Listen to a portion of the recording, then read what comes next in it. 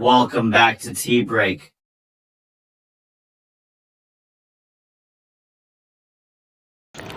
अस्सलाम वालेकुम, welcome back to tea break. आपका लुकमान सुलेमानी आपके सामने। व्यूवर्स कैसे हैं आप? ठीक हैं? उम्मीद है इंशाल्लाह ठीक होंगे। व्यूवर्स, आप लोगों के साथ बात करनी है। कल 8 फरवरी को इलेक्शन हो गए, आखिरकार इलेक्शन हो गए। बहुत चेमगोइयाँ थी जी इलेक्शन नहीं होंगे, ये नहीं होगा, इलेक्शन नहीं हो सकेगा, इलेक्शन लेट हो जाएंगे, इलेक्शन पेंडिंग हो जाएंगे। वो सारी चेमगोइयाँ जितनी भी थी वो सब कुछ ख़त्म हो गया। आखिरकार कल 8 फरवरी का दिन गुज़रा और इलेक्शन हो गए। आज हम किसी वजह से अपने स्टूडियो में मौजूद नहीं हैं, लेकिन आपसे बात अब इलेक्शन के रिज़ल्ट के मुतल्लिक़ करनी है। थोड़ा सा हमें आपका टाइम रिक्वायर होगा, लेकिन उसके इसकी तफसील से पहले आप लोगों से हम ये डिस्कस करना चाहते हैं कि देखें, हमने आप लोगों से बात की थी कि हम 8 फरवरी तक सियासी बीट को चलाएंगे। उसके बाद नॉर्मल टी ब्रेक जैसे हम पहले किया करते थे वैसे हम किया करेंगे कि डेली की बुनियाद के ऊपर हम कोई ना कोई चीज़ें सेलेक्ट कर लिया करेंगे, उसके ऊपर हम बात करेंगे। मसलन हम उसमें गेम भी करते थे, मसलन हम बाकी चीज़ें भी करते थे। ये सारी चीज़ें बताइएगा कि अब आपकी क्या राय है, किस तरह से चला जाए। चलें थोड़ी सी इलेक्शन के रिज़ल्ट के ऊपर बात करें। आपको भी पता है, मुझे भी पता है, सब जो है वो एक्टिव हैं रिज़ल्ट लेने के लिए। तमाम जमातें एक्टिव हैं सोशल मीडिया के ऊपर। जैसे पहले से जो है वो पीटीआई का होल्ड है, अभी भी सोशल मीडिया के ऊपर पीटीआई का बहुत होल्ड है और बाकी जमातों का इतना नहीं है और वो कम है। और ये शो भी किया जा रहा है कि जैसे जो है ना वो पीटीआई जीत गई है और बाकी अब जो भी रिज़ल्ट आएगा वो 2 नंबर रिज़ल्ट आएगा। तो ऐसी चीज़ नहीं है। मेरा मशवरा आप लोगों से यही है कि एक तो इंतज़ार किया जाए और इंतज़ार करने के बाद देखा जाए कि रिज़ल्ट क्या आता है और फिर यानी सरकारी रिज़ल्ट का इंतज़ार किया जाए।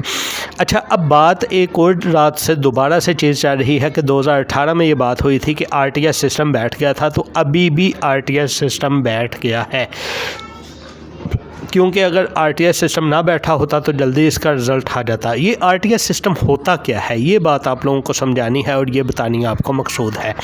देखें, जो आरटीएस सिस्टम है ना, आरटीएस सिस्टम ये बेसिकली है रिज़ल्ट ट्रांसमिशन सिस्टम, यानी इलेक्शन कमीशन का बनाया गया एक RTS system result transmission system है।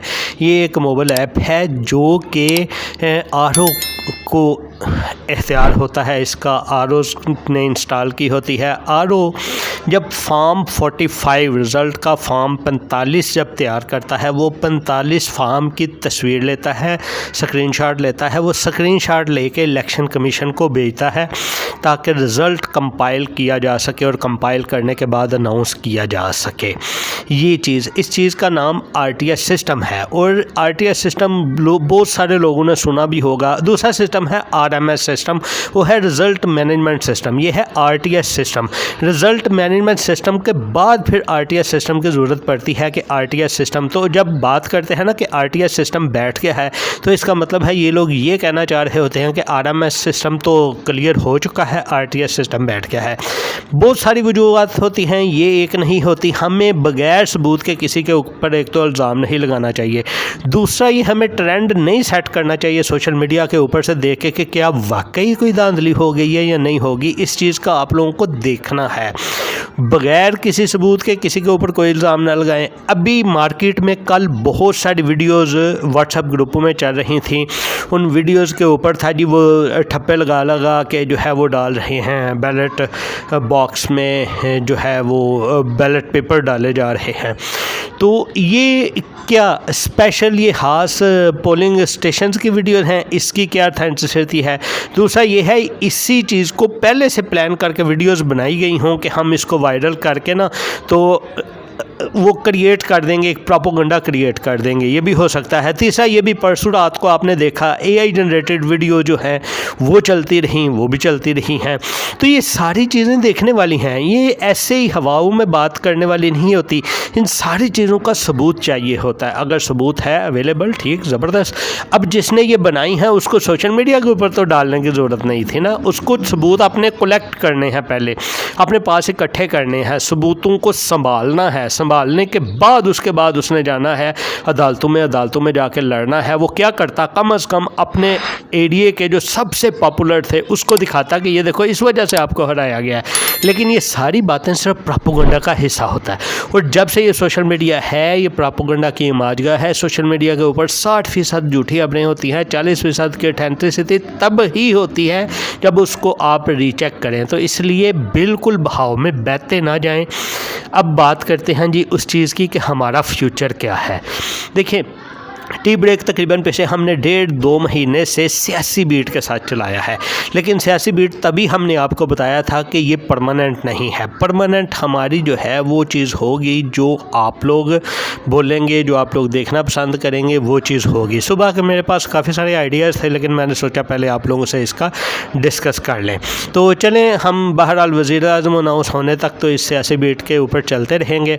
लेकिन मैं कोई बात नहीं कर रहा कि नून लीग जीती, PTI जीती या फलां जमात जीती, क्योंकि अभी इलेक्शन अनाउंस ही नहीं हुए। रिज़ल्ट जब रिज़ल्ट अनाउंस होंगे आप भी देख लेंगे, हम भी उसके ऊपर तजिया कर देंगे। अभी सिर्फ हमने आपसे ये बात की कि बेसिकली RTS सिस्टम जो बैठता है वो है क्या चीज़। और RTS सिस्टम कोई बड़ी बात नहीं है, बैठना को बड़ी बात नहीं है। आप इसी से आइडिया लगाएं कि ये जब मोबाइल ऐप है तो मोबाइल ऐप का मतलब है कि इंटरनेट नहीं है, पूरे मुल्क में सिग्नल नहीं है, 2G के सिग्नल नहीं है।